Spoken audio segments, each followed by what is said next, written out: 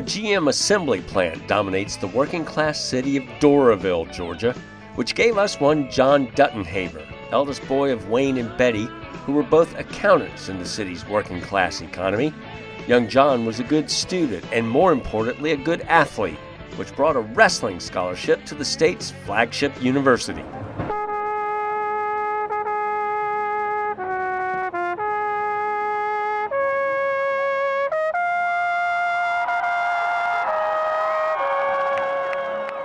It was in the registration line that John encountered a woman whose name is lost in the mists of Old Sanford, a woman who made a fateful decision based mostly on the fact that there were others in line behind John.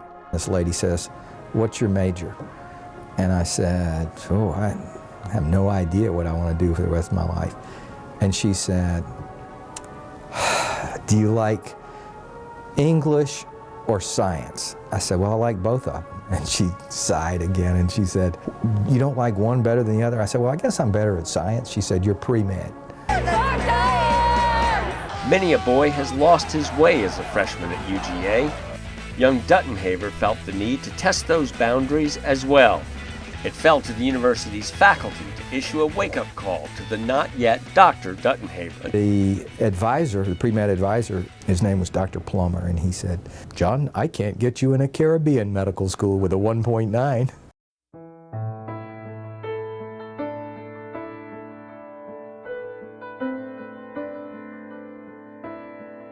It was the competitive kick in the pants that he needed as Duttenhaver went on to graduate summa cum laude, which got him into the Medical College of Georgia, where he thought he was going to be a pediatrician, until fate's hand touched his little brother, his best friend, Paul. During my sophomore year, my younger brother, Paul, had been diagnosed with a very rare form of cancer. And he had a mediastinal seminoma. It's a very rare cancer that involves the chest. And the cancer was wrapped around his heart and he had a 17-hour operation. They couldn't get the cancer out. And we were devastated because the surgeon that had operated on him told him basically that this is incurable and your brother's going to die. I was in Augusta, so I go to the radiation oncologist in Augusta, a guy named Arlie Fiveash. And I'll never forget, I'm telling Arlie, so I've already talked to the head of thoracic surgery who says, yeah, it sounds, if they couldn't get it all, it sounds, really dismal. And I go talk to Dr. Fiveash, and he leans over and he opens his file drawer and he pulls out this little file folder and says, "This is my folder on mediastinal germ cell tumors. If you got to get cancer, get a mediastinal seminoma." He said, "The radiation will cure him, he'll be fine." And I walked out of that office thinking, I want to do that. Out of MCG, he took his medical residency at Harvard. In 1985, he came to Memorial, where a patient opened his eyes to a hole in the process of treating cancer. I had a patient who had seen Dr. Rudolph, and so I asked her, "What did Dr. Rudolph say to you?" And she looked at me and she said, "You're scaring me. My life's on the line and you guys aren't talking to each other." And I said, "Good point." If you were a cancer patient and you went to a medical oncologist, you got chemotherapy. And if you went to a radiation oncologist, you got radiation therapy. And if you went to surgeon, you were taken to surgery. Today at the ACI, cancer specialists from the respective disciplines gather on a regular basis to discuss the best way to treat the patients. That's one of the things that came about as Dr. Duttenhaver and Dr. Rudolph began to rethink their approach to cancer. But as their plan consolidated over time, fate intervened again when Duttenhaver was elected to the Memorial Board, a board that included Curtis Anderson. So I started to rely on John as a resource as I was trying to learn to become an effective board member at Memorial. God is in this. Kurt and Libba Anderson were interested in becoming involved more in the community.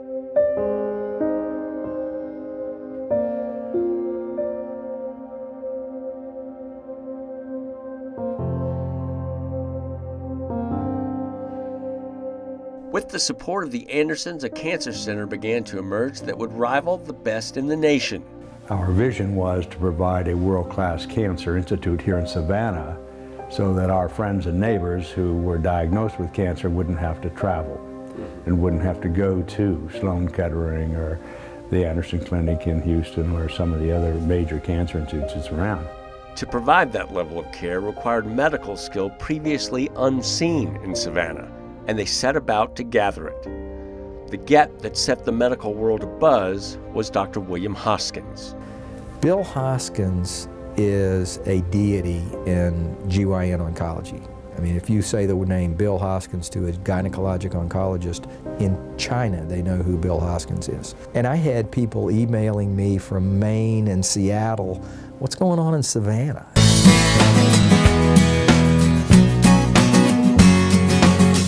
What was going on in Savannah was a revolution in cancer care, supported by the unwavering philosophy of Memorial Health.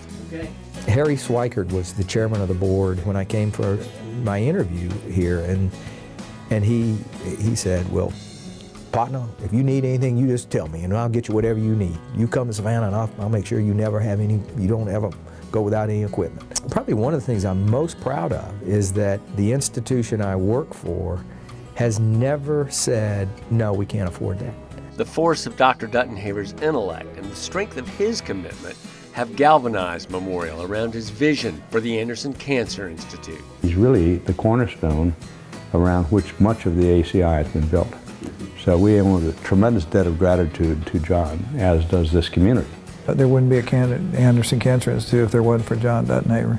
Patients on the table, and this actually goes into the breast. Memorial was first in Georgia and is the only hospital in southeast Georgia with the intraoperative radiation therapy technology that allows a patient to get one radiation treatment, instead of one a day for 6 weeks.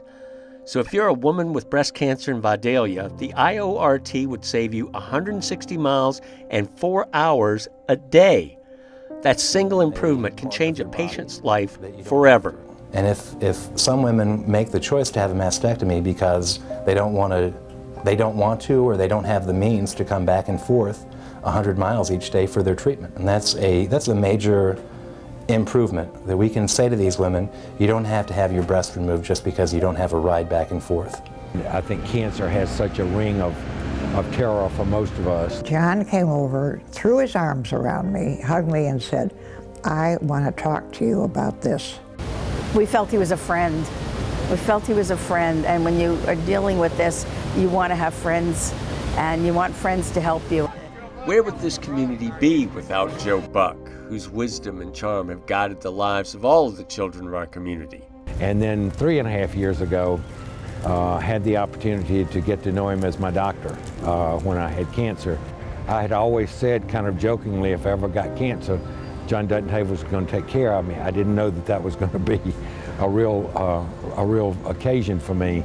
Dr. Duttenhaver was playing golf with the Andersons one day when they told him Barbara Paul's upcoming cancer surgery, a course of action with which he disagreed and said so. Yeah. I'm very grateful that he saved my life. When Dr. Duttenhaver prescribed expensive medicine for Steve Hollenberg, Steve asked how less fortunate people were able to afford it. When he was told they could not, Steve and Toby established a fund. It just makes Steve's memory come alive, and I feel blessed to have been able to do it, and blessed that Steve actually was the one who said, when I get well, I want to set something up to help needy patients, and sadly that didn't happen, but the fund is his legacy. And in fate's profound way of bringing us full circle, consider the contributions of Kurt and Libba Anderson against this backdrop. Little did we know that both of us would end up being treated here in Savannah, me for prostate cancer and Libba for breast cancer, and that John Duttenhaver would be our physician in both cases, and that he was the early visionary for the whole concept of a cancer institute. There are thousands more. Thousands of lives touched by his creativity and his knowledge and his determination. But I've been the brother who's sitting in the room wishing you could make your brother well. And so,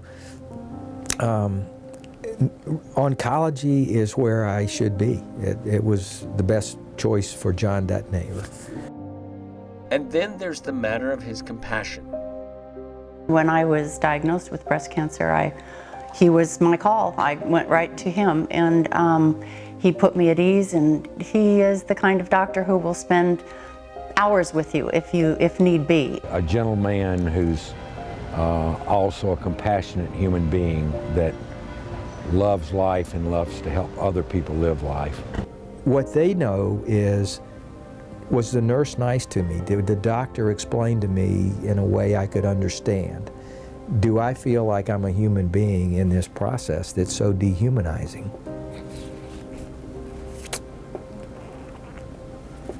And that's what I tried to do. Dr. John Duttenhaver is retiring, completing another section in the circle of his life. In a way, Paul was the reason I went into radiation, and he's the reason I'm getting out of radiation. You know, his death in October of 2011 was just, you know, he and I were going to go play golf together in Scotland when we retired. We were going to go rent a house in Tuscany when we retired. We were going to do all these things when we retired. And when Paul died, it became very clear that there's a lot of things that I want to do that I've been putting on a bucket list. And if you're working 50, 60 hours a week, you're not having time to check off the bucket list. He'll have a life's work of companions to add to his leisure years, people who know the wit and the intelligence and the soul.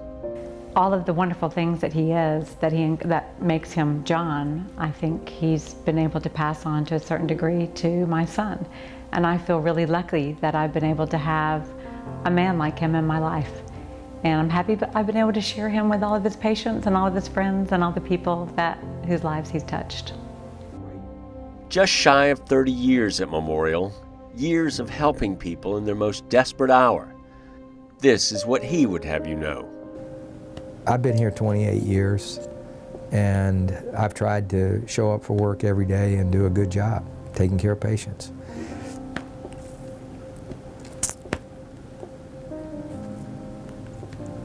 That's been my mission, is to take good care of patients.